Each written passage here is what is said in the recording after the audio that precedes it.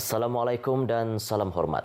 Bersama saya Fazril Hisham Afandi dalam Berita Pagi Sarawak, edisi Sabtu 26 September. Kita mulakan berita dengan perkembangan ini. Kementerian Pelancongan Seni dan Budaya Malaysia (MOTEC) komited membangunkan kawasan Semerahan yang dilihat berpotensi sebagai destinasi eko-pelancongan menarik di Sarawak. Menurut menterinya, Datuk Seri Nancy Shukri, dengan memiliki kepelbagaian produk makanan yang boleh dipasarkan ke pasaran tempatan maupun luar negara, industri pertanian di Semerahan juga bakal dijadikan antara fokus dalam pembangunan di kawasan berkenaan.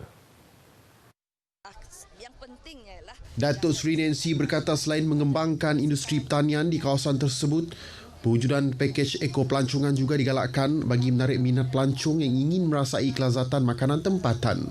Ia sekaligus menjana pendapatan peniaga-peniaga kecil yang menjual hasil tanaman serta ternakan di gerai-gerai sepanjang jalan raya kawasan tersebut. Dalam pada itu, industri indap desa juga dapat dipertingkat yang sudah tentu menyediakan keindahan alam semula jadi kepada pelancong. Beliau memberitahu pemberita semasa lawatan ke ladang nanas Sungai Mata, Semerahan. Sebelum itu, Datuk Seri Nancy berkesempatan melawat kilang pemprosesan makanan berasaskan nanas milik pengusaha nanas tempatan Sepawita di kampung Lubuk Mata. Sarawak berwaspada terhadap individu yang kembali ke negeri ini selepas pilihan raya negeri Sabah.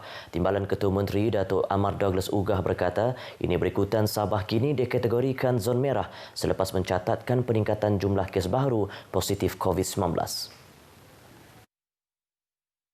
Datuk Ahmad Douglas yang juga pengerusi Jawatankuasa Pengurusan Bencana Negeri JPBN memberitahu kira-kira 500 anggota polis dari Sarawak telah dihantar ke Sabah selain ahli-ahli politik tempatan yang membantu proses berkempen.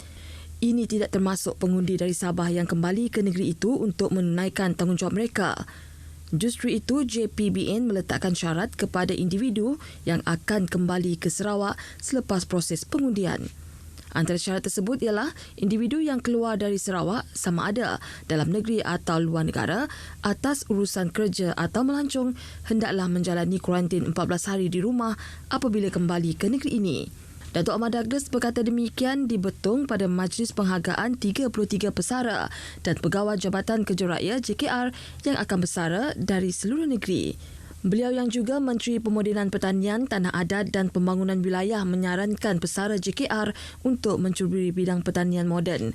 Jelasnya kerajaan negeri telah mewujudkan program tabung fasilitasi pertanian bagi membantu golongan yang berminat menerokai bidang tersebut. Ia sekaligus membantu Sarawak mempergiat promosi bidang pertanian ke arah menjadi pengeksport makanan utama menjelang tahun 2030. Sarawak telah menyalurkan hampir 1.3 juta ringgit kepada 4,386 penerima bantuan khas ibu tunggal BKIT di negeri ini.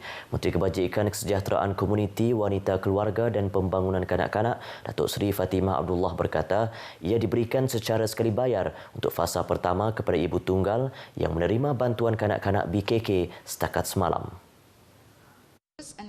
Jelas Datuk Seri Fatimah, bagi fasa kedua, seramai 214 bukan penerima BKK telah diluluskan permohonan yang melibatkan RM64,200 bagi tempoh yang sama. Beliau menjelaskan pemohon BKIT hendaklah warga negara Malaysia dan berpendapatan di bawah RM1,020 atau per kapita RM255. Mengulas lanjut, Datuk Seri Fatimah memberitahu masih ramai ibu tunggal belum memohon BKIT dan berharap golongan itu membuat permohonan bagi mengelak keciciran berlaku.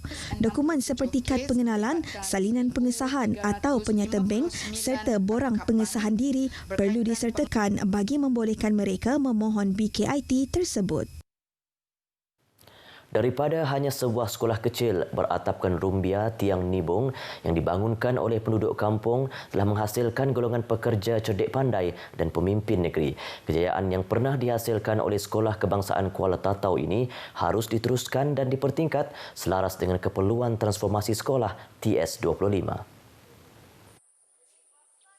Menteri di Jabatan Ketua Menteri, Integriti dan Ombudsman Datuk Talib Zulkifli berkata lokasi bukan menjadi ukuran melahirkan anak-anak yang berjaya, sebaliknya usaha yang berterusan.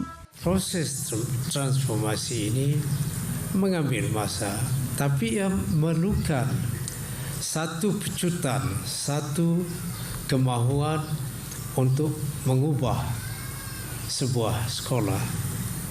Saya yakin ini boleh dicapai dengan adanya kerjasama di antara penduduk,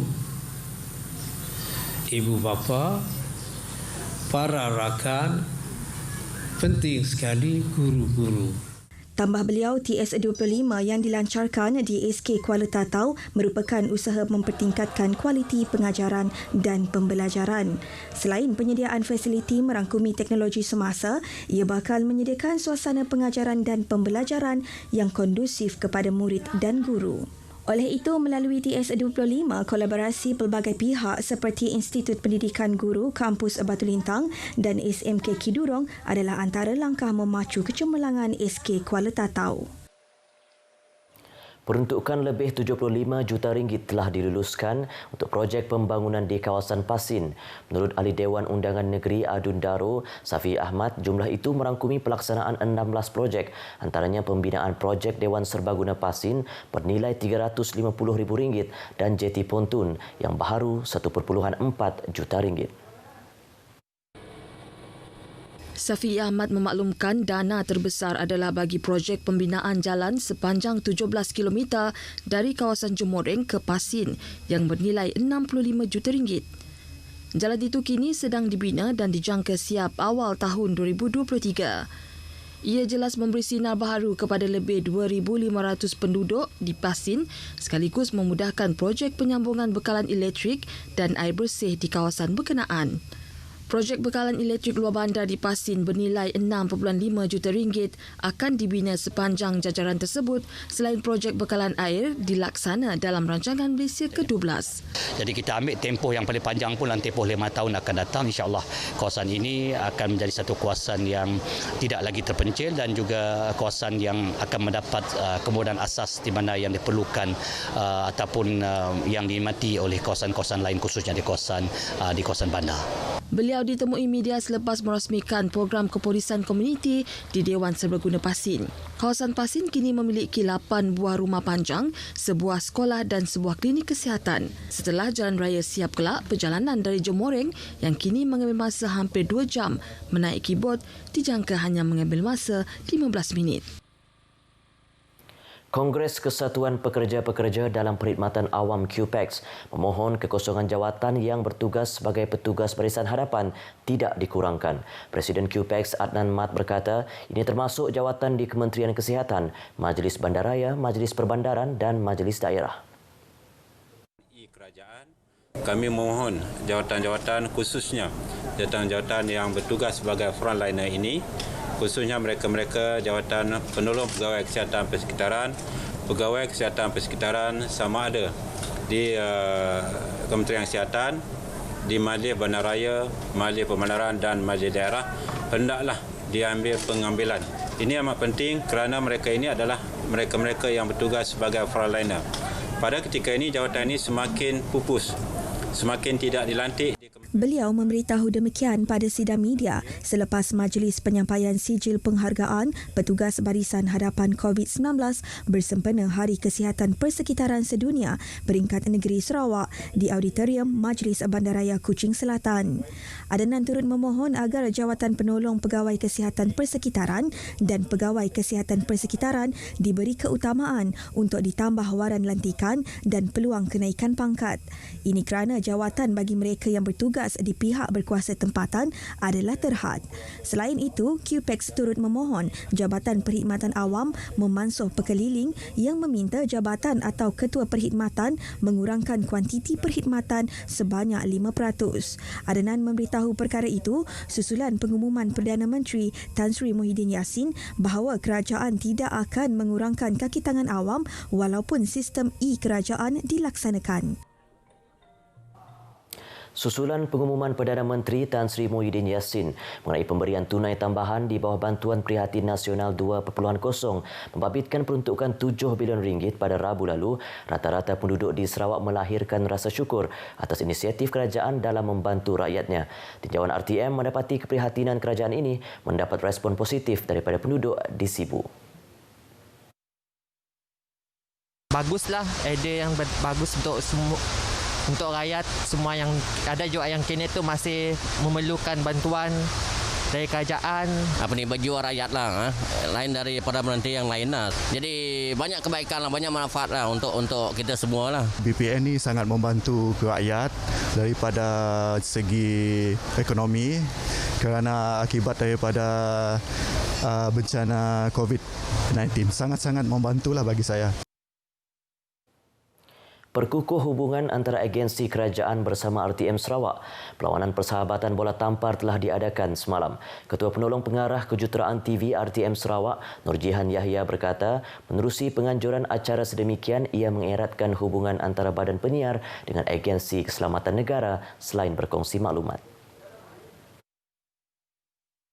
Pelawaan itu adalah daripada pihak kelab Balai Polis Sentral, and then kita sambut pelawaan itu dan kita rasakan ini akan dapat memberikan perhubungan yang lebih baik di antara kedua-dua belah pihak lah. Sementara itu, bagi Ketua Polis Balai Sentral ASP Ahmad Abang, program Turun Padang ini sekaligus meningkatkan kerjasama antara polis dengan agensi kerajaan lain.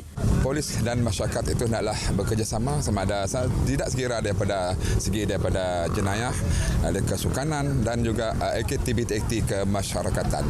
ASP Ahmad berkata aktiviti kemasyarakatan seperti ini boleh memberi peluang kepada pihaknya untuk berkongsi maklumat daripada pelbagai sudut, bukan sekadar jenayah tetapi juga sebagai warga kota. Program anjuran kelab rekreasi RTM Kuching ini melibatkan 30 pemain, melibatkan kedua belah pihak. Berita itu tadi mengakhiri Berita Pagi Sarawak hari ini. Sentiasa waspada, amalkan penjarakan fizikal dan pakai pelitup separuh muka semasa berada di tempat awam. Letak tangan di dada iaitu tanda hormat sebagai ganti bersalaman. Bersama kita cegah penularan COVID-19. Salam hormat dan jumpa lagi. Assalamualaikum.